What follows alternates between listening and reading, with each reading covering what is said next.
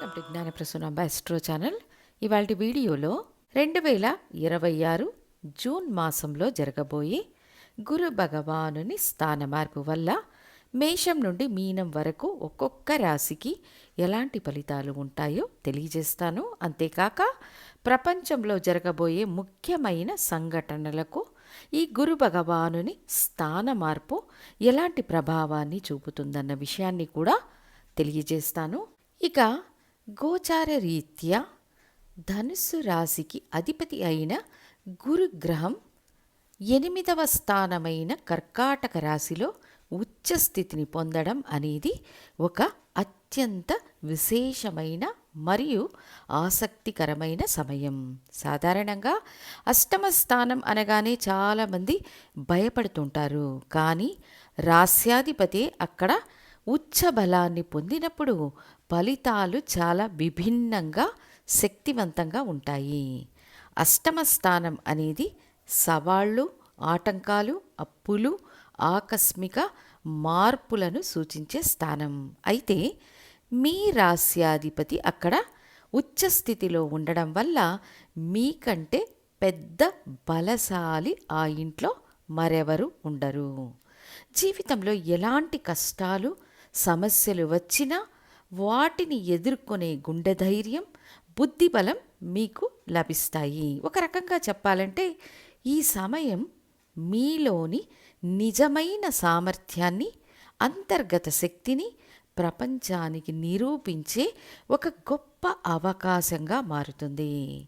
ఇక రాస్యాధిపతి అష్టమ స్థానంలో ఉచ్చస్థితిలో ఉంటే వృత్తిలో కొన్ని పెద్ద మార్పులు రావడం సహజం, లేదా బాధ్యతల్లో మార్పులు రావచ్చు.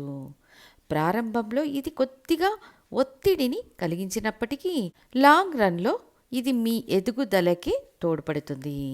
రీసెర్చ్, జ్యోతిష్యం, ఇన్వెస్టిగేషన్ ఫీల్డ్, మైనింగ్ లేదా రహస్య విద్యల్లో ఉన్నవారికి ఈ సమయం ఒక గోల్డెన్ పీరియడ్ అని చెప్పవచ్చు. మీ మేధస్సుకు మంచి గుర్తింపు లభిస్తుంది. ఇక ధనుస్సు రాశికి గురు దృష్టి మరియు దాని ప్రభావం ఎలా ఉంటుంది అంటే, అష్టమ స్థానంలో గురువు ఉన్నప్పటికీ ఆయన ఉచ్చస్థితిని పొందినప్పుడు ఆయన కారకత్వాలు మరియు వీక్షణలు అత్యంత బలపడతాయి. అష్టమ స్థానం అనేది ఊహించని ధనలాభం, ఇన్సూరెన్స్, వీలునామా ఆస్తులు, పిఎఫ్ వంటి దాచుకున్న లేదా అయాచితంగా వచ్చే ధనాన్ని సూచిస్తుంది. గురు భగవానుని సప్తమ వీక్షణ మీ రాశికి ధన, కుటుంబ, వాక్స్థానమైన 2వ స్థానంపై ఉన్నప్పుడు ఆ ఇంటికి అధిపతి శని భగవానుడు కావున కష్టపడి మెల్లగా కూడబెట్టిన ధనం సమయానికి ఎలాంటి అడ్డంకులు లేకుండా లభిస్తుంది. 4వ స్థానంపై గురు వీక్షణ మరియు అక్కడ ఉన్న శనిని వీక్షించడం వల్ల పూర్వీకుల ఆస్తులు అమ్మడం లేదా భూమి, ఇల్లు వంటి ఆస్తులను నగదుగా మార్చుకోవడం, చాలా కాలంగా దాచుకున్న పొదుపు మొత్తాలు చేతికి రావడం జరుగుతుంది. ఇది వరకు అర్ధాష్టమ శని వల్ల వచ్చిన శారీరక రోగాలు, ప్రమాదాలు, ఆరోగ్య సమస్యలు, మానసిక ఒత్తిడి, నష్టాలు ఇవన్నింటికి ఉపశమనం కలిగించే గురువుగా గోచార గురువు వస్తారు. కానీ గురు దృష్టి పడిన స్థానాల్లో ఖర్చులు కూడా పెరుగుతాయి. ముఖ్యంగా 2వ స్థానాన్ని, 4వ స్థానాన్ని, 12వ స్థానం అనే వ్యయస్థానాన్ని అష్టమ స్థానంలో ఉన్న గురువు వీక్షించడం వల్ల ఇల్లు కొన్న ఖర్చే, వాహనాన్ని కొన్న ఖర్చే, ఇల్లు మార్చిన ఖర్చే, పూర్వీక ఆస్తులు అమ్మి నగదుగా మార్చుకోవడం ఇవన్నీ కూడా ఒక విధంగా ఖర్చులే. కానీ ఆ ఖర్చుల ద్వారానే ఆదాయం లేదా ప్రయోజనాలు కూడా ఉంటాయి. ఇది అర్థం చేసుకొని మీరు బ్యాలెన్స్ చేసుకుంటే మంచిది.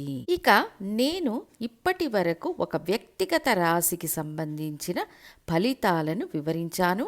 ప్రతి ఒక్కరికి ఫలితాలు వారి వ్యక్తిగత జాతకాన్ని బట్టి మారుతాయి.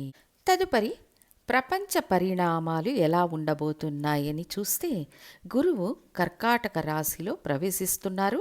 ఇది మంచి విషయం. ఎందుకంటే అక్కడ ఆయన ఉచ్చస్థితిని పొంది పూర్తి బలంతో ఉంటారు. అలాగే శని భగవానుడిపై గురు దృష్టి పడి ఆయన్ని శాంతపరచడం మంచి విషయమే. అయినప్పటికీ కేతువుతో ఏర్పడే సంబంధం ఆర్థిక పరంగా కేవలం భారతదేశానికే పరిమితం కాకుండా ప్రపంచవ్యాప్తంగా భారీ మార్పులు వచ్చే అవకాశం ఉంది. పెట్టుబడిదారులలో ఒక రకమైన ఆందోళన నెలకొనవచ్చు. బంగారం వంటి సురక్షితమైన పెట్టుబడులపై ప్రజలు మొగ్గు చూపడం వల్ల వాటి ధరల్లో అనూహ్య మార్పులు సంభవించవచ్చు. ప్రభుత్వాల నిర్ణయాలు లేదా పాలసీ మార్పుల వల్ల స్టాక్ మార్కెట్లో మరియు ఇతర వ్యాపార రంగాలలో తీవ్రమైన అస్థిరత నెలకొనవచ్చు. గురువు ఉచ్చస్థితికి రావడం ఆధ్యాత్మికంగా మంచిదైనప్పటికీ ఆర్థిక పరంగా ఇది ఒక హెచ్చరిక సమయం అని చెప్పవచ్చు. అయితే గురు భగవానుని స్థాన మార్పు గురించి తెలుసుకునే వారందరికీ నా విన్నపం ఒకటే. కేవలం మీ రాశిని బట్టి ఇలా జరిగిపోతుంది, అలా జరిగిపోతుంది అని ముందే ఒక నిర్ణయానికి వచ్చేయకండి. మీ స్వీయ జాతకంలో గురువు ఎలా ఉన్నారో, ఎక్కడ ఉన్నారో, ఏ దశాభుక్తులు జరుగుతున్నాయో చూసుకోండి. అవి బాగుంటే సంతోషం. మీ వ్యక్తిగత జాతకంలో గ్రహ బలాన్ని కూడా గమనించి నిర్ణయాలు తీసుకోవడం చాలా మంచిది. ముఖ్యంగా 5 రాసుల వారికి గురువు యొక్క స్థాన మార్పు అనుకూలంగా ఉంటుంది.